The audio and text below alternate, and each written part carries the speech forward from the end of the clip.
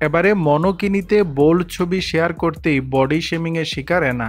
নানা কারণে আলোচনায় থাকেন ওপার বাংলার অভিনেত্রী এনা সাহা।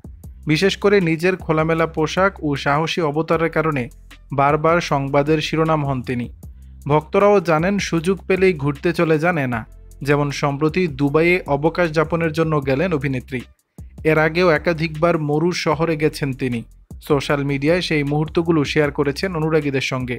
কোনো ছবিতে তার পরনে লেস দেওয়া ক্রপ টপ ও হট প্যান্ট, তো কোনোটাতে তিনি পরেছেন মনোকিনি।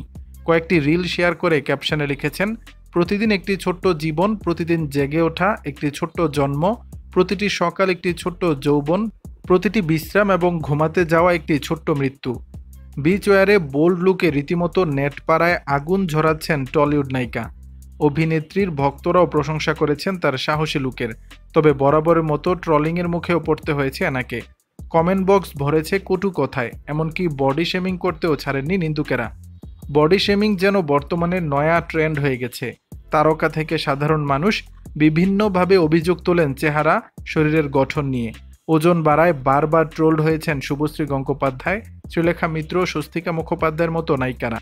দর্শক, বিষয়টি নিয়ে আপনাদের মতামত জানাবেন নিচের কমেন্ট বক্সে।